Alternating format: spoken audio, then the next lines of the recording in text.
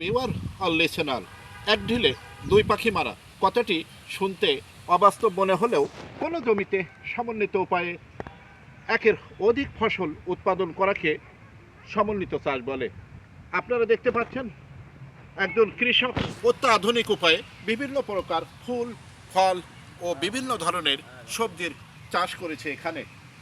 আপনারা দেখতে পাচ্ছেন টমেটো, ভুট্টা, পাতাকপি, গাজর, গার্লিক, পালং শাক, বিট, মূলা সহ পালং শাক সহ একাধিক চাষ করেছে। আমাদের দেশে জনসংখ্যা অত্যন্ত বেশি, দিনে দিনে বাড়ছে আমাদের জনসংখ্যার চাপ। আর বাড়তি জনসংখ্যার চাহিদা মেটাতে সমন্বিত চাষের কোনো বিকল্প নেই।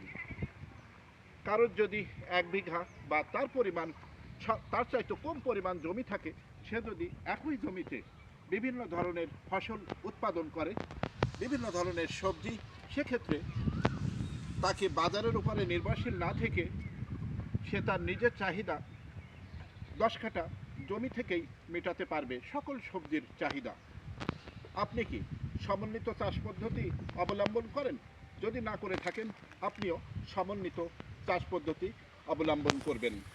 আরেকটা কথা না বললেই নয়, আমাদের দেশে জনসংখ্যার অধিকাংশ মানুষ কৃষক, আর কৃষিই হচ্ছে আমাদের প্রধান চালিকা শক্তি।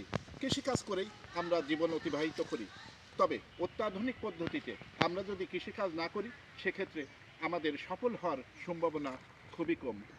যারা ঢাকায় কিংবা দেশের বিভিন্ন জায়গায় চাকরি করেন, আপনাদের নিজ এলাকায় যদি 10 কাঠা বা 1 বিঘা পরিমাণ জমি থাকে, আপনি সমন্বিত উপায়ে বিভিন্ন ধরনের চাষ করেন, তাহলে বাজার থেকে সবজি না কিনে আপনি নিজের উৎপাদিত সবজি খেতে পারবেন।